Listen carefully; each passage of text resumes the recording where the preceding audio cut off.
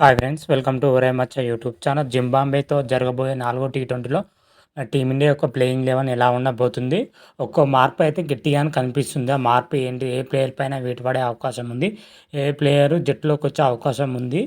Playing 11 ఎలా ఉండబోతుంది అనేది పూర్తి డీటెయిల్స్ తెలుసుకునే ముందు మా ఛానల్ సబ్స్క్రైబ్ చేసుకోండి.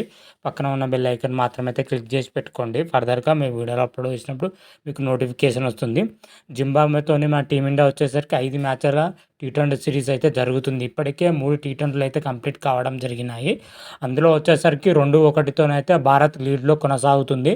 ఇప్పటివరకు 3 ఆడిన జింబాబ్వే 1 గెలవ, టీమిండియా మాత్రం అయితే 2 గెలవడం జరిగింది వరుసగా 2 టీ20లోను.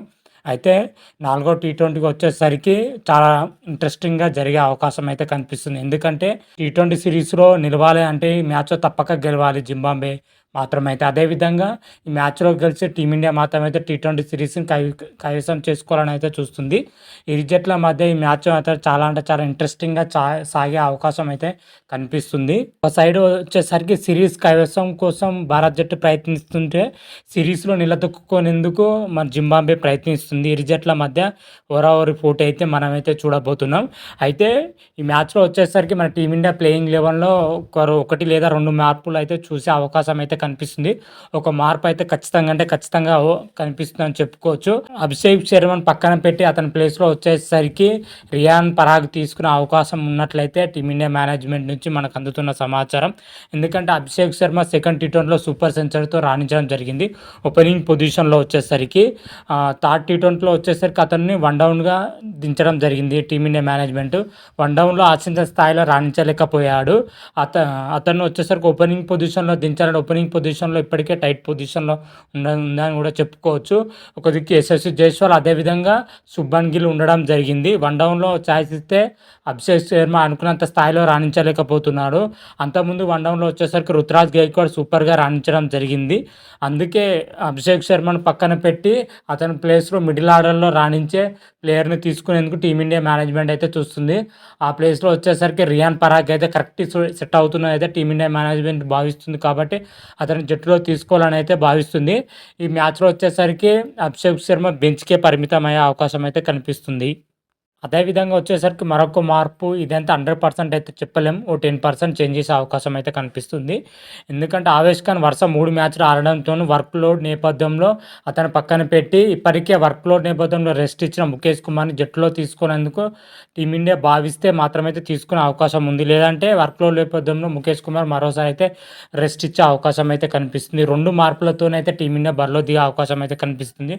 మ్యాక్సిమం అభిషేక్ శర్మను బెంచ్కి పరిమితం చేసి రియాన్ పరాగ్ తీసుకునే అవకాశం అయితే కనిపిస్తుంది. ఇదైతే చాలా అంటే చాలా స్ట్రాంగ్గానే కనిపిస్తుంది అని చెప్పుకోవచ్చు. ఈ ఒక్క మార్పుతోనే టీమిండియా బరిలో దిగుతుంది. మిగతా కాంబినేషన్ మాత్రం అయితే ఎలాంటి మార్పు ఉండకపోవచ్చు. దాదాపు 99% మాత్రమైతే. ఓవరాల్గా జింబాబ్వేతో ఆడే 4వ టీ20లో ఆడే భారత్ జట్టు మాత్రమైతే ఈ విధంగానే ఉండబోతుంది. శుభ్మన్ గిల్, యశస్వి జైస్వాల్, రుతురాజ్ గైక్వాడ్, రియాన్ పరాగ్, సంజు శాంసన్, రింకు సింగ్, శివం దుబే, వాషింగ్టన్ సుందర్, రవి బిష్ణవ్, ఆవేష్ ఖాన్, ఖలీల్ అహ్మద్తో కూడిన ప్లేయింగ్ 11 అయితే ఉండబోతుంది. ప్లేయింగ్ 11లో చూసుకుంటే అటు బ్యాటింగ్ పొజిషన్ అయినా బౌలింగ్ పొజిషన్ అయినా స్ట్రాంగ్గానే కనిపిస్తుంది. కాకపోతే బౌలింగ్ పొజిషన్లో చూసుకుంటే ఖలీల్ అహ్మద్ మాత్రం అయితే అద్భుతంగా రాణించాడు గత మ్యాచ్లో. అతని తోడు ఆవేష్ ఖాన్ కానీ అదేవిధంగా శివం దుబే కానీ రాణిస్తే మాత్రం అయితే టీమిండియా తిరిగి ఉండదు బౌలింగ్ పొజిషన్లో. బ్యాటింగ్ పొజిషన్లో టీమిండియా అంటే చాలా స్ట్రాంగ్ ఉందని చెప్పుకోవచ్చు. యశస్వి జైస్వాల్, శుభ్మన్ గిల్, రుతురాజ్ గైక్వాడ్ భీకరమైన ఫామ్లో ఉండడం జరిగింది. అతను తోడుగా వచ్చేసరికి సంజు శాంసన్, రింకు సింగ్, శివం దుబే కూడా బ్యాటింగ్ పొజిషన్లో చాలా స్ట్రాంగ్గానే ఉందని కూడా చెప్పుకోవచ్చు. బౌలింగ్ పొజిషన్లో టీమిండియా కొంత మేరకు ప్రయత్నిస్తే మాత్రం అయితే జింబాబ్వేతో జరగబోయే 4వ టీ20లో కూడా ఈజీగా గెలిచే అవకాశం అయితే కనిపిస్తున్నాయి. మరి చూద్దాం 4వ టీ20లో మన టీమిండియా యొక్క ప్రదర్శన ఎలా ఉంది, ఏ విధంగా ఉండబోతుంది అనేది తర్వాత వీడియోలో క్లియర్ కట్గా అయితే తెలుసుకుందాం. అంతవరకు మీకు ఈ వీడియో కానీ నచ్చినట్టయితే లైక్ చేయండి, షేర్ చేయండి. మరిన్ని వీడియోల కోసం మా ఛానల్ అయితే సబ్స్క్రైబ్ చేసుకోండి. పక్కన ఉన్న బెల్ ఐకాన్ మాత్రం అయితే క్లిక్ చేసి పెట్టుకోండి. ఫర్దర్గా మేము వీడియోలు అప్లోడ్ చేసినప్పుడు మీకు నోటిఫికేషన్ వస్తుంది. రారా మహాదేవ్ శంభో శంకర. Thank you.